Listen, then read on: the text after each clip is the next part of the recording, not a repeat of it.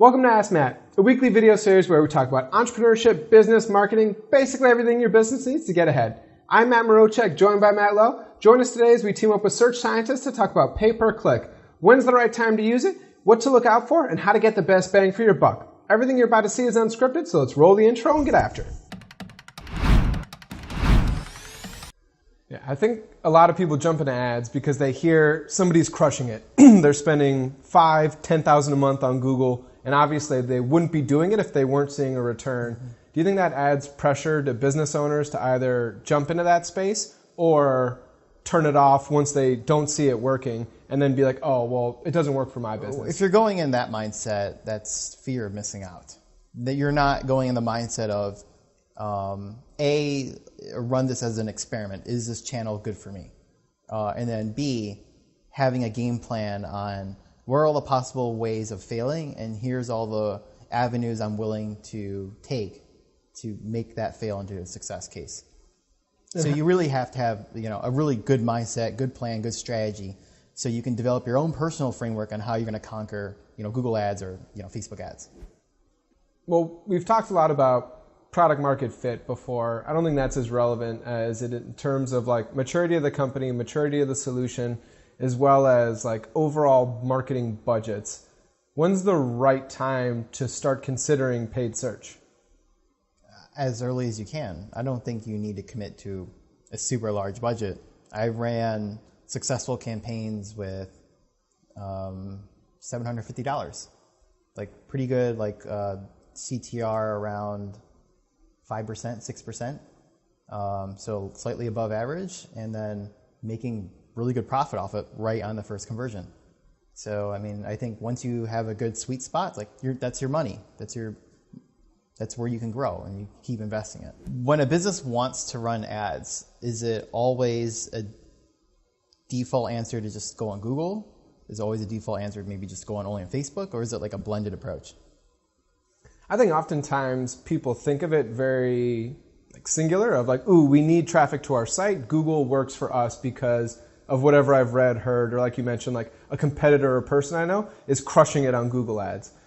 It really takes a lot of testing in terms of which channel, and especially in terms of retargeting is where you can see a lot of the money as well.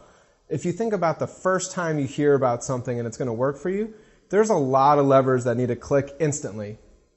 They know my pain, they have a great solution, and they have proof that shows that they've done it before.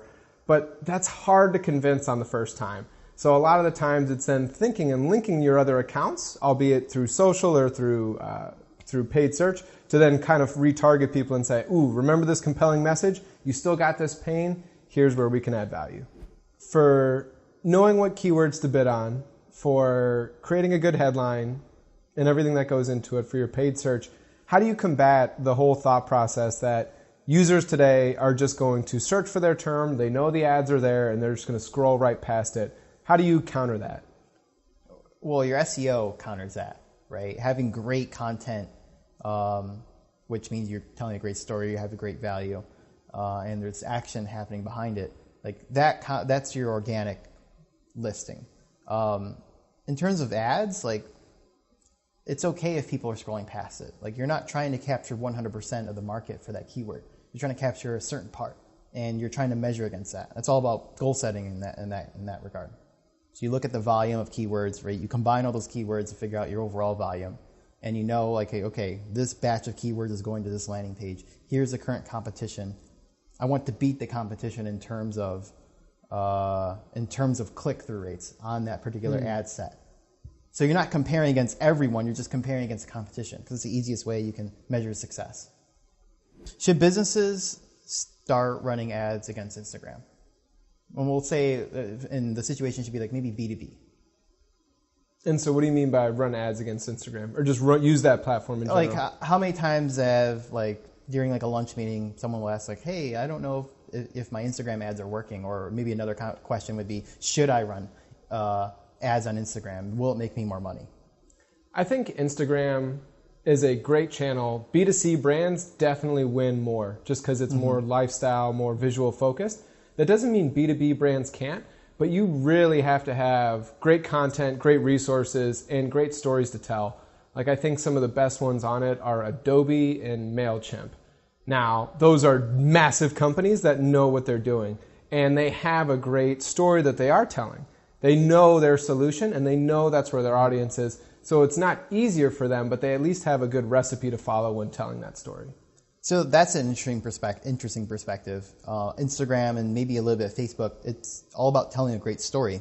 When you're on Google Ads, it's a little bit more straightforward. It is, I have a problem, I need solving. They're searching for it. Right.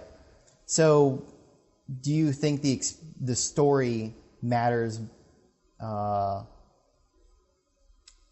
Do you think the story still matters for PPC? Or is it more or less, here's the offering, here's the value proposition, here's the discount maybe you'll get, here's the social proof, and then you need to buy? I think you're going to start seeing a big, and you already have, seeing a big translation from people using paid search to boost their content marketing efforts. So you'll see, like a good example is my sister's an attorney, and one thing that I'm helping her with is if you're spending a ton of money on Google Ads and the first thing somebody types in criminal defense lawyer, whatever city that they live in, what's going to be more captivating? Call us today, schedule a free consultation. That's what everybody's saying. Or top 10 things to know after you get a DUI. Top 10 things to know when you get your first arrest.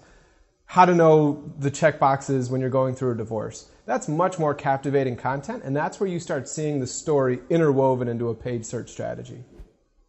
In paid search, agree or disagree that the number one goal is to get somebody to convert the first time, as soon as they hit your landing page. Agree. Now, what's the next best alternative?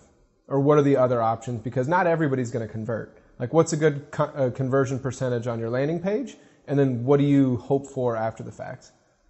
Having content around that landing page that can capture their email address. So oftentimes what I'll do, usually for B2B, not for B2C, I'll have blog articles related to the content that's on the landing page that they can go in to learn more. And then that blog article has call to actions to capture their email for, the newsletter to get more of that content. Mm-hmm. Right now we use AdWords in a very input-output kind of process. We have to know the tool in and out, and then we put all our input values in and we measure against it. How do you think AI and machine learning is going to change that process? It's going to pull in more data sources. So then you could have a tool, say, that's then sharing data across, as you mentioned, competition data in terms of how that's reporting, but also more in terms of the user behavior of not just how many people searched, how many people saw, how many people clicked or did not, and how far they went down the funnel. The AI component of it could then start crafting unique headlines based upon on the fly. I think you mentioned this in like a previous video. On the fly that is super relevant to that person at that time based upon the last 6 hours of their day and maybe their QuickBooks data. Do you think the channel will eventually stop being as effective once, if Google does it, introduces AI? Because then bidding is well, messaging's already taken care of. It's already changing dynamically. It's going to definitely shift the competitive landscape more towards product. I think the biggest thing that you saw with, not necessarily the .com boom, but just the internet and the evolution of it in general, like Amazon being a good example, bad products get left behind. And I think that's where you're going to start seeing more is more heavy investments into the product itself, because you can't just count on a great headline, cool branding, and a funny video. It needs to be really ingrained. You can't smooth talk your way into buying my product, which, yeah. I'm definitely guilty of that in previous startups where maybe I thought the value was high, but it wasn't really. But I was really great at selling it on a landing page or an ad. Mm-hmm. And then now AI could be able to predict, well, we know your persona pretty tight, and because of that, we have a 90% confidence rating that this tool is going to solve your problem. And then secondary tool, 70%, and so on and so forth. AI could say your product is bad, and you shouldn't run ads. Yeah,